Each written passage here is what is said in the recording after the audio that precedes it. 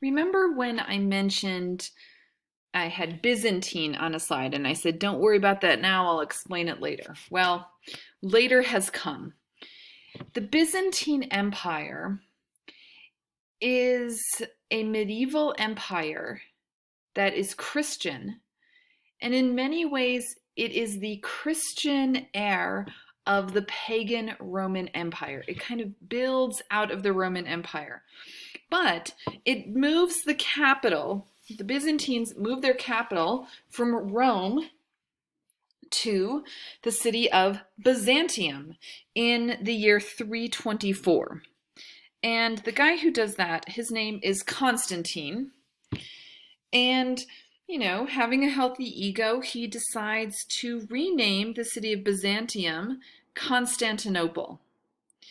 And if you know the They Might Be Giants song, you know that the city of Constantinople is today the city of Istanbul. And so this is a city that has been predominantly Muslim, with many other religious and cultural groups living there. And we're going to look at Hagia Sophia because it is originally a Byzantine church that then becomes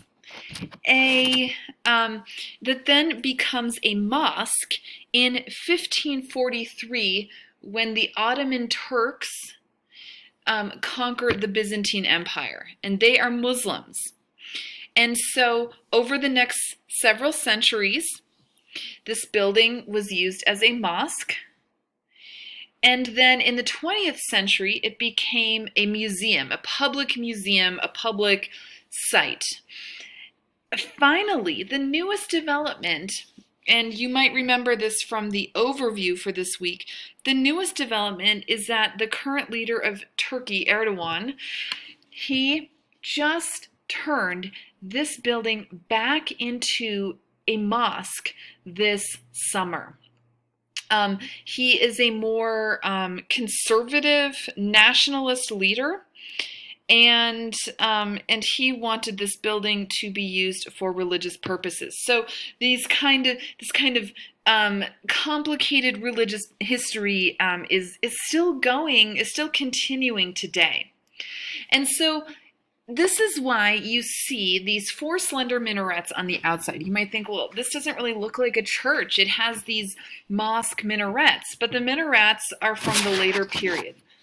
When we look at the inside, there are other elements where you think, oh, well, this looks like Arabic calligraphy. So how is this a church? It's this kind of melding of the older original Christian elements and then the later Islamic additions. And what we see here is a very different church than what we had at Old St. Peter's. This is more of a central plan. So the nave is not a kind of long rectangular space that juts off one side, but it is a central nave with a massive dome towering above it. And here you might think about the Pantheon and how the Pantheon really seems to defy the laws of physics and gravity. Well, check out this dome, because instead of having an oculus, the architects here, they put in a clerestory, that row of windows, right at the most vulnerable point of the structural integrity of the building. Right here where the dome meets the wall. All of this weight and force coming down from the dome, a lot of stress coming down on the walls. They decide we'll take out some of that wall support and we're going to put in a row of windows. This again is very sophisticated building technology, but it also creates that same kind of otherworldly effect where it feels like this massive golden dome, that this is indeed the dome of heaven. It feels like it's just kind of levitating with that row of light coming in from the clerestory below. And in fact, the Christian Byzantine emperor, who was the patron of this building, and he commissioned this, um, the building is completed in the year 537, and so the Emperor Justinian, he comes to church for the first time in Hagia Sophia, which means holy wisdom, and he enters the church on Christmas Day, and he proclaims, "Solomon, I have surpassed thee." Remember, Solomon was the leader in Jerusalem, the Jewish leader who built that huge, massive temple that was destroyed by Romans hundreds of years ago. But its reputation was so great that here we see a Christian leader saying, "Wow, I have created something that is even more spectacular than Solomon's temple." What I'm showing here on the top left, this is an example of some of the Christian decorative motifs that have persisted. Unlike the aniconism of Islam, Christianity develops an iconic tradition, or iconism using figures. And so here in this mosaic, we have the infant Jesus sitting on the lap of his mother Mary, with two of the patron saints coming to give them offerings. Okay, our final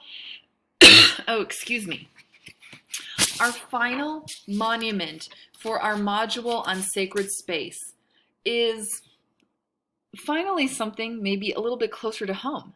This is the Rothko Chapel in Houston that was completed in 1971.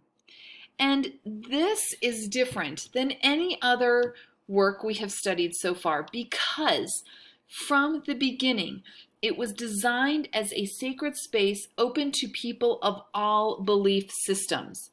And that means it is ecumenical. Ecumenical simply means open to all beliefs. It is a simple octagonal chapel that is covered in these very abstract paintings. You might look at them and say, well, it kind of just seems like they're plain black paintings. These are done by an American abstract painter who worked in the mid-20th century named Mark Rothko. And he painted these works. Oops, I don't have any more details. He painted these works to inspire contemplation and meditation. He has these subtle shifts in hues and different purples, different blacks, and they're massive canvases. You can see the kind of human scale here in the photo on the left, so that you can almost lose yourself in these dark purples and maroons, that you're left to really contemplate your own thoughts.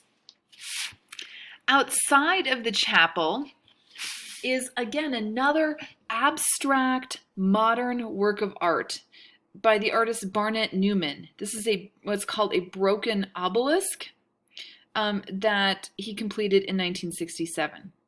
And an obelisk is simply a square column with a pointy top. When you think of obelisk, think of the Washington Monument in DC.